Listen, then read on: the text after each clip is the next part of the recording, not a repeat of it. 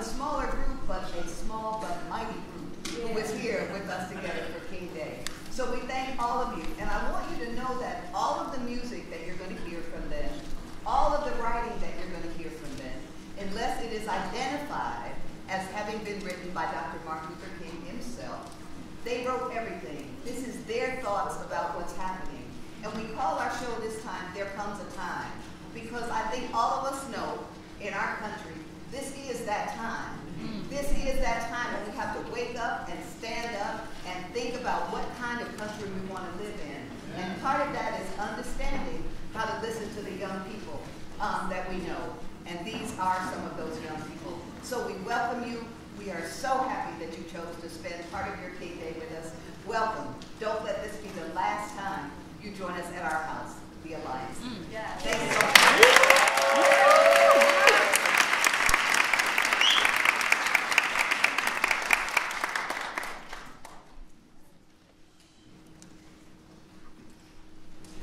We must work through the courts, through legislation, through the ballot. This is what we've been talking about over these last few meetings, the necessity of registering and the necessity of voting. And this is one of the most significant steps that the Negro can take at this hour, going to the ballot box. But I would like to give you a warning signal. I tried to talk in militant terms for the last few minutes. But in the midst of this militancy, let us always realize that we don't have to hate as we try to straighten this situation out. Let us always realize that we don't have to become bitter as we try to straighten this situation out. Oh, my friends, if that is any one thing that I would like for you to remember this evening, it is the fact that somebody must have some sense in this world. Somebody must have sense enough to meet hate with love. Somebody must have sense enough to meet physical force with soul force. If we will but try this way, we will be able to change these conditions and yet at the same time win the hearts and souls of those who have kept these conditions alive. And I know the temptation. I know the temptation which comes to all of us. We've been trampled over so long. I know the temptation that comes to all of us. We've seen the viciousness of lynching mob with our own eyes. We've seen police brutality in our own lives. We are still the last heart in the first five. So many doors are closed in our faces. And that is a temptation for us to end up with bitterness. And I understand these people who have ended up in despair. I understand why there are some who have been a little misguided and they've ended up feeling that the problem can't be solved within, and so they talk about racial separation rather than racial integration. I understand their response. I have analyzed it psychologically, and I understand it. But in spite of the fact that I understand it, I must say to them in patient terms that that isn't the way. I must say to them in patient terms that black supremacy is as dangerous as white supremacy. And God is not interested merely.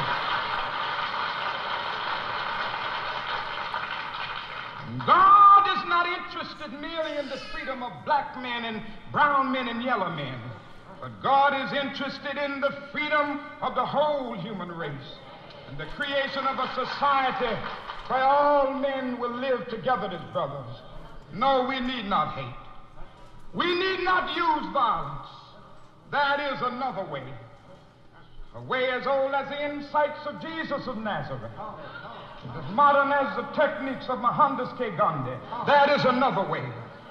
A way as old as Jesus saying, love your enemies. Bless them that curse you. Pray for them that despitefully use them.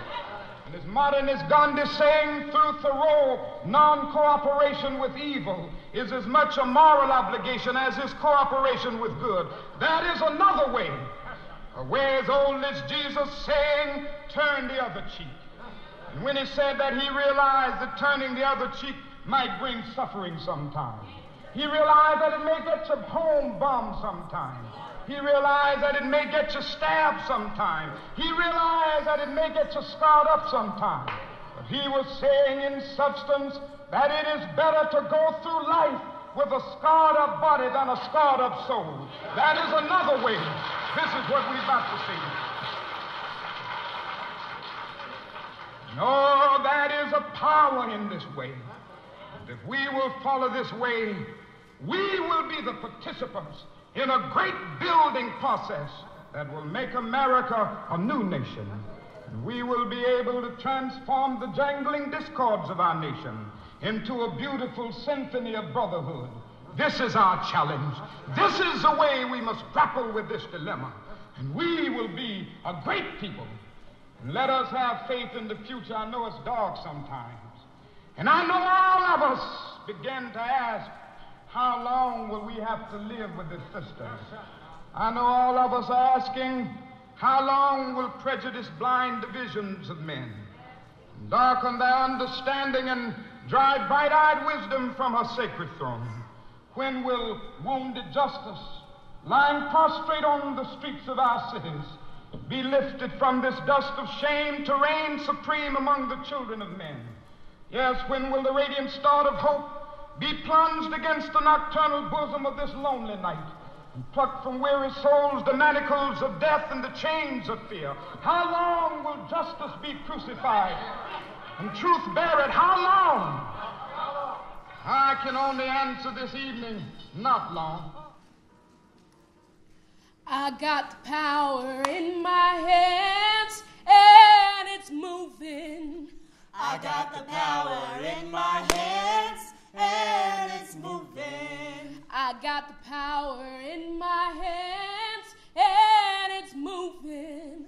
I got the power in my hands, and it's moving. I got the power in my feet, and we're praying. I got the power in my feet, and we're praying. I got the power in my feet, and we're praying. I got the power in my feet, and we're praying.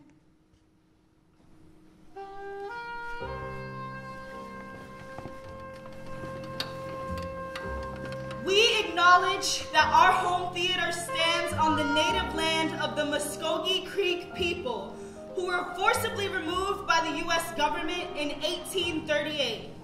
We acknowledge the African American people who endured labor in slavery in our states from 116 years ago. We acknowledge the fierce discrimination often faced by immigrants and their families. It is our hope that knowing our past will inform our present and shape our shared future. We also want to acknowledge the election of Maynard Jackson as our first African-American mayor 50 years ago this month.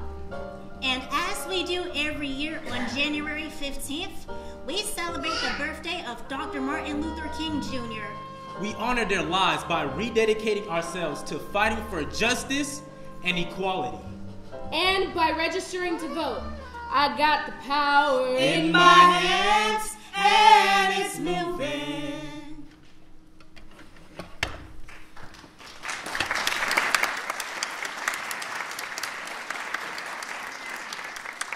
But making history is dangerous work. And people gave their lives for our freedom. Standing on the blood, trying to rise up.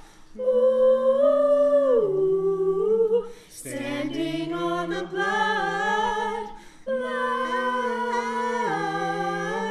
trying to rise up.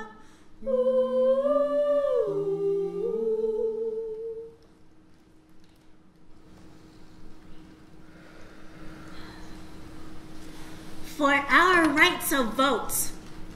To be full citizens of this country we call home.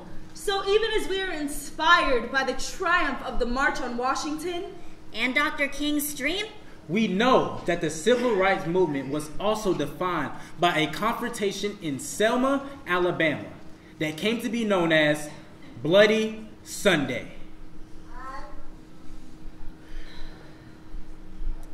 It was March 7th, 1965. A group of nonviolent protesters crossed the Edmund Pettus Bridge and was met by Alabama highway patrolmen, some on horseback swinging billy clubs and tossing tear gas. It seems as though every time we rise up, they tear us down. But we've come too far to turn back now. Yes. Seems like every time we raise our voice, they silence us. But we've come too far to turn back now. Yes. You may want to break down and cry because it's hard to see life when people are continuously dying. But we've come too far to turn back now. When we are ignored, we make them listen, make them see that we've come too far to turn back now. One struggle ends just for another to begin. But just look at how far we've come. Quote, no one really knows why they are alive until they know what they died for. Martin Luther King Jr. We try to imagine what it felt like to be there.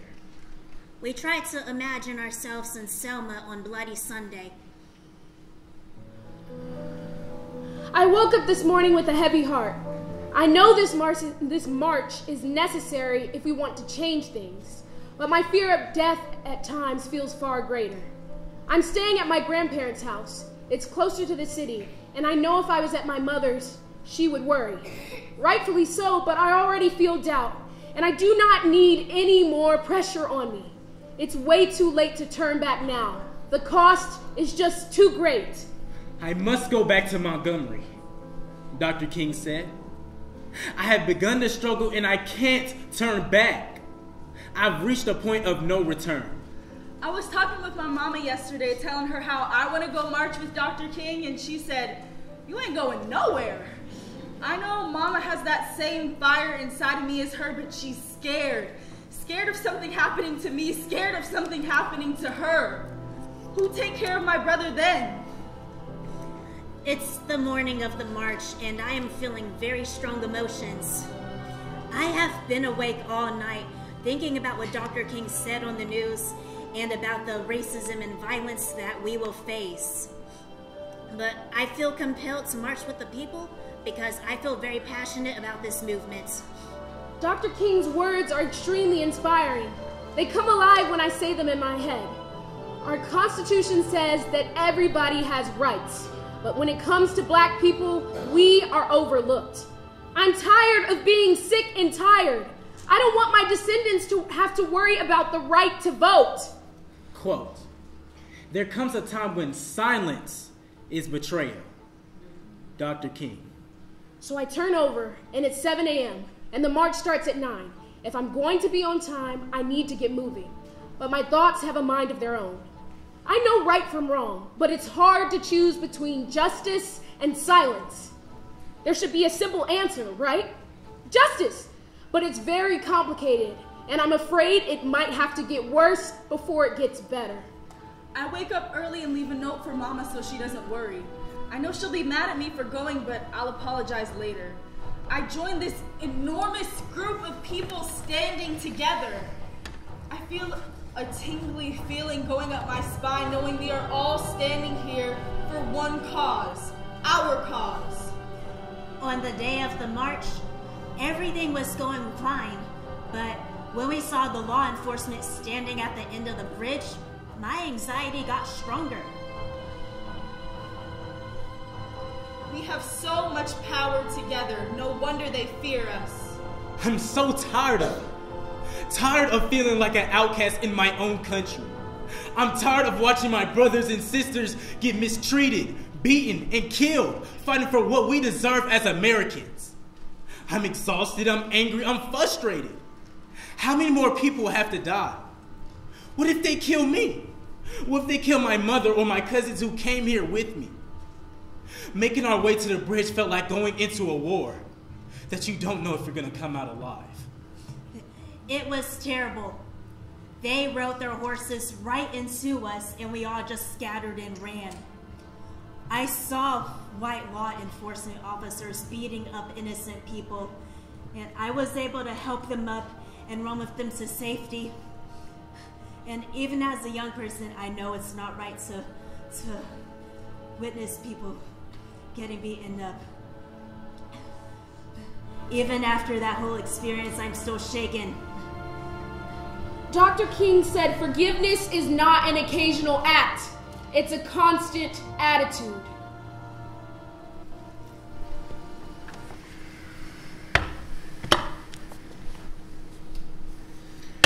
We get closer to our dream of freedom with every protest we do.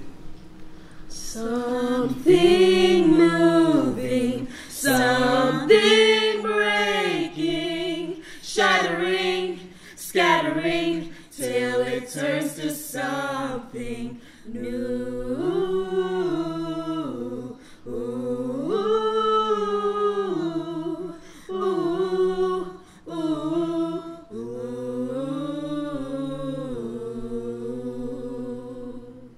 I can no longer be silent. I have to be the change. Yes. Martin's dream lives in me. I have to be the change. Yes. Our fight is not for nothing. We are the change. Yes. Now's the time for action. We are the change. But we're not really sure how to make it happen. We decided to write Dr. King a letter and ask for his advice. Dear Dr. King, my name is Cameron Trimble. I aspire to be a leader like you, but I don't know if I can ever have the courage to do the things that you did. I want to make a change just like you did, but I have to admit, I'm scared. I'm scared that the things that I plan to put out into this world won't help.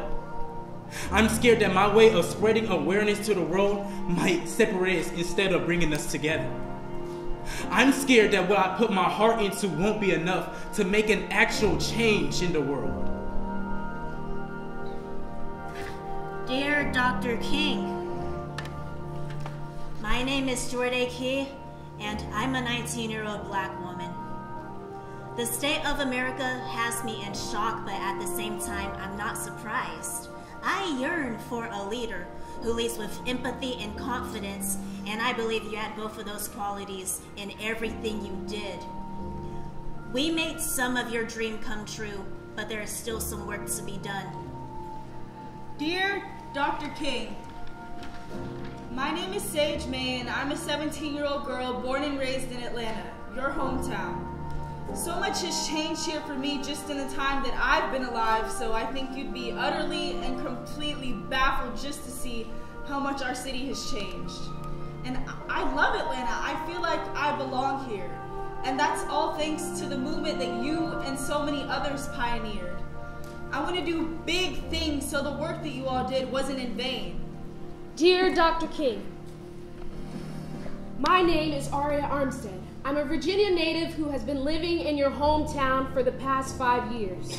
Atlanta is an inspiring city to live in, and I am optimistic that there are a lot of hidden voices in the community who are just afraid to speak up. And I remember that you said, in the end, we will not remember the words of our enemies, but the silence of our friends.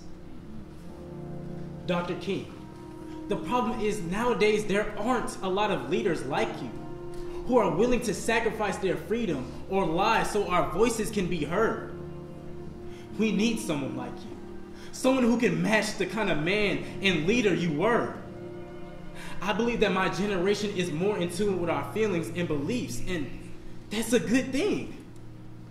But we lack true goals.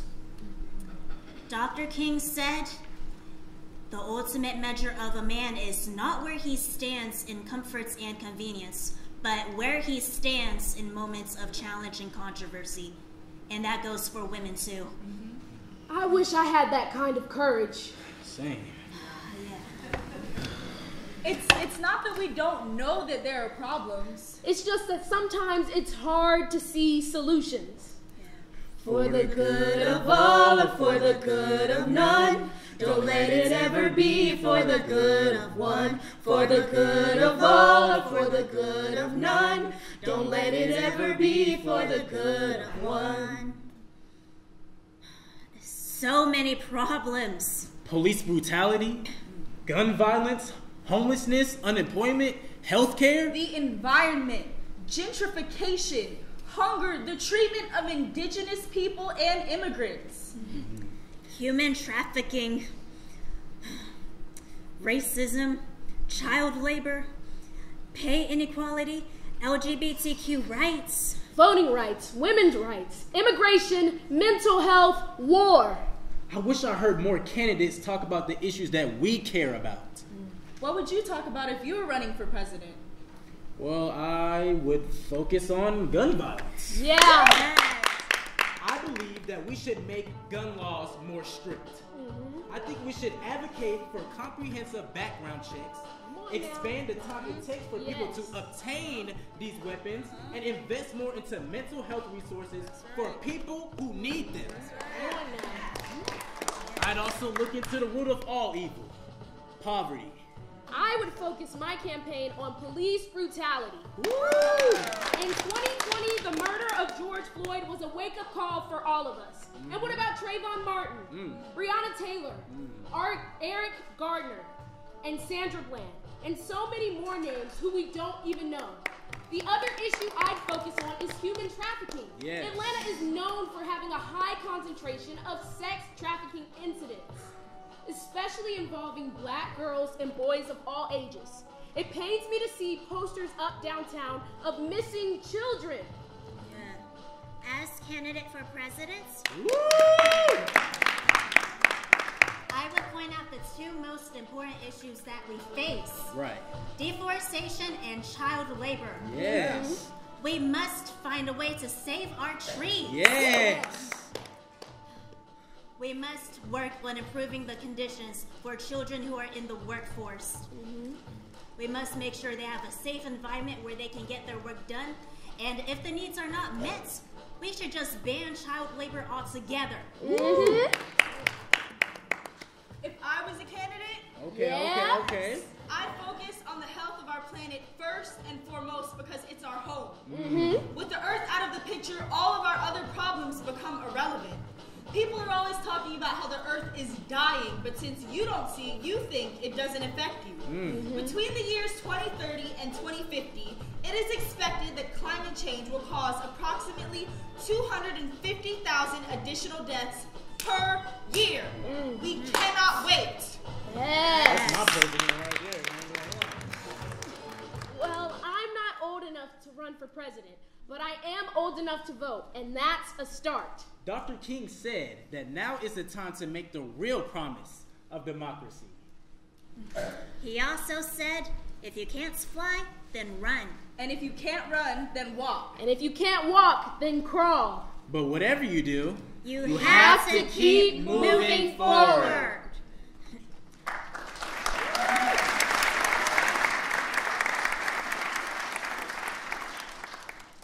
We have to start someplace. And since this is King Day 2024, right here in Dr. King's own hometown, we've decided that it can start with us. Can you hear us? Hear us coming. We are warriors here to fight. Can you hear us? Hear us coming.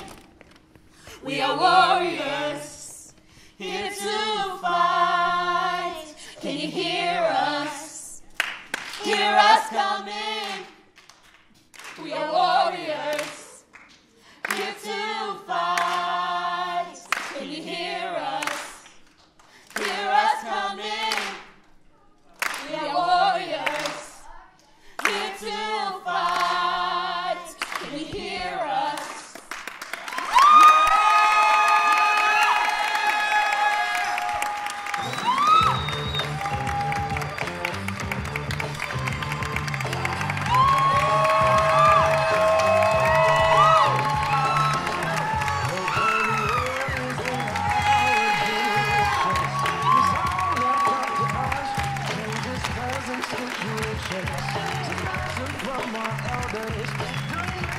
mistake. Lost